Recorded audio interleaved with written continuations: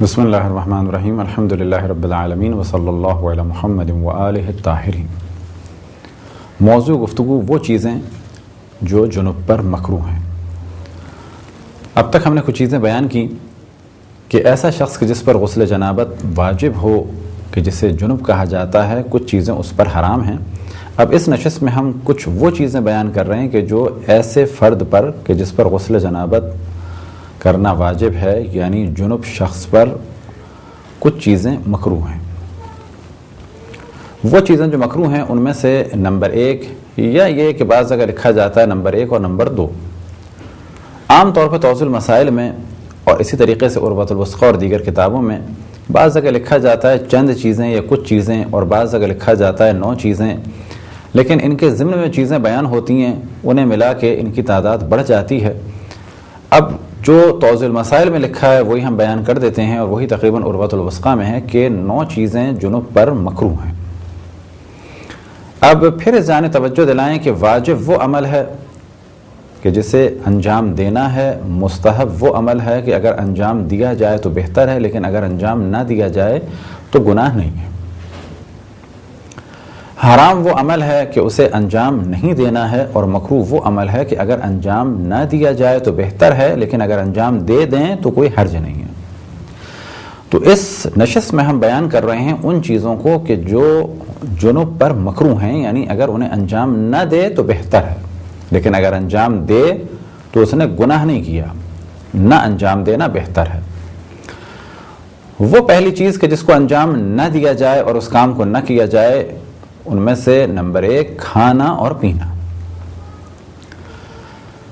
اور نمبر 2 سونا۔ بس اگر کسی پر غسل جنابت انجام دینا باقی ہے یا بالفاظ دیگر وہ جنب ہے تو مکروہ ہے کہ وہ کچھ کھائے اور پیے اس جنابت کے عالم میں، لیکن اگر وہ ہاتھ دھو لے اور خصوصاً اگر وضو کر لے تو کراہت کم ہو جائے گی۔ اور یہ موضوع ہم پہلے بھی ڈسکس کر چکے ہیں وضو کے موضوع میں کہ بعض جگہ وضو کرنا مستحب ہے، اور وہ وضو کبھی طہارت کا سبب بنتا ہے اور کبھی وہ وضو فقط کراہت کو کم کرنے کا سبب بنتا ہے۔ تو اگر کوئی شخص کے جو جنب ہے اس کے لیے مکروہ ہے کھانا اور پینا، اگر وہ اس کراہت کو کم کرنا چاہے تو وہ وضو کر لے، لیکن یہ وضو سبب نہیں بنے گا کہ اب اس کے بعد وہ نماز پڑھ سکے یا قرآن مجید کی کتابت کو چھو سکے یا باقی وہ کام انجام دے سکے کہ جس کے لیے وضو کرنا ضروری ہے۔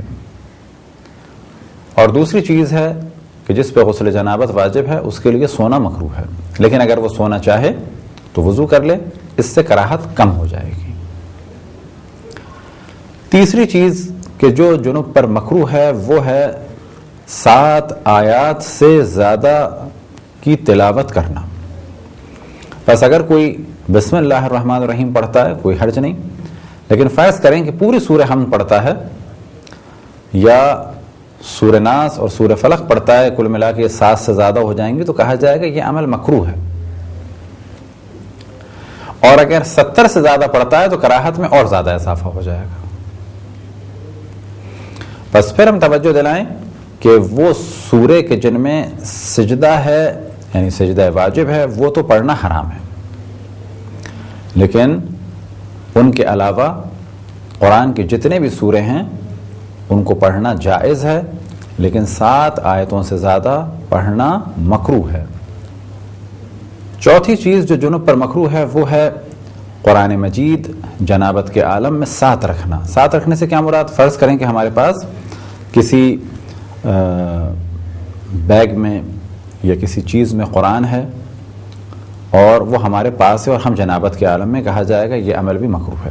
اسی طرح سے والیٹ میں اگر ہے یا تعویذ میں قرآن مجید کی کوئی آیت یا سورہ ہے اور جنابت میں ہے تو یہ عمل بھی مکروہ ہے، لیکن یاد رہے کہ کب تک؟ جب تک کہ وہ ٹچ نہیں ہو رہا۔ کتابت قرآن اور اللہ سبحانہ و تعالیٰ کا نام اور انبیاء علیہم السلام اور ائمہ علیہم السلام اور جناب سیدہ سلام اللہ علیہا کے ناموں کو چھونا بغیر غسل جنابت کے احتیاط یہ ہے کہ حرام ہے۔ اسی طرح سے قرآن مجید کو ساتھ رکھنا جنابت کے حالم میں، یہ عمل مکروہ ہے۔ ساتھ رکھنے سے کیا مراد، وہ آپ کے سامنے ہم نے بیان کیا، جیسے کہ تعویذ میں ہو، یا فرض کریں کہ سورہ یاسین ہمارے پاس کارڈ میں ہے، وہ ہمارے ساتھ جیب میں ہے۔ اسی طریقے سے قرآن مجید کی جلد کو چھونا یا اس کے اوراق کو چھونا،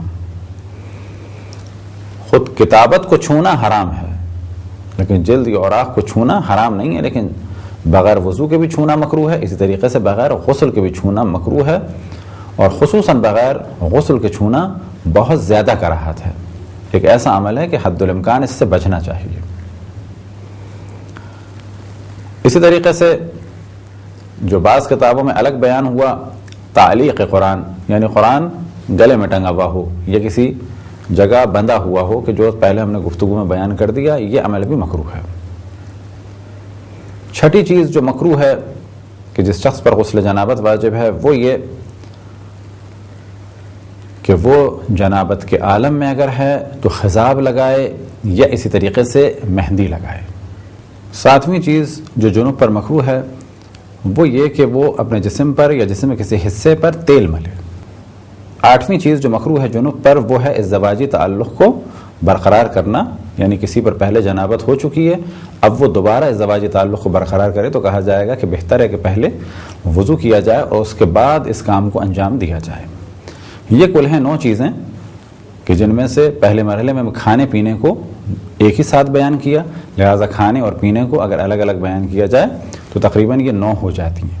ضمناً کچھ اور چیزیں بھی بیان کر دیں، اور پھر توجہ دلائیں کہ مکروہ کے معنی کی جانب توجہ رہے، کیونکہ ہمارے ایک بہت بڑی تعداد مؤمنین کی ایسی ہے کہ جو حرام اور مکروہ کے درمیان فرق کو نہیں سمجھتی، اسی طریقے سے واجب اور مستحب کے درمیان فرق کو نہیں سمجھ پاتی۔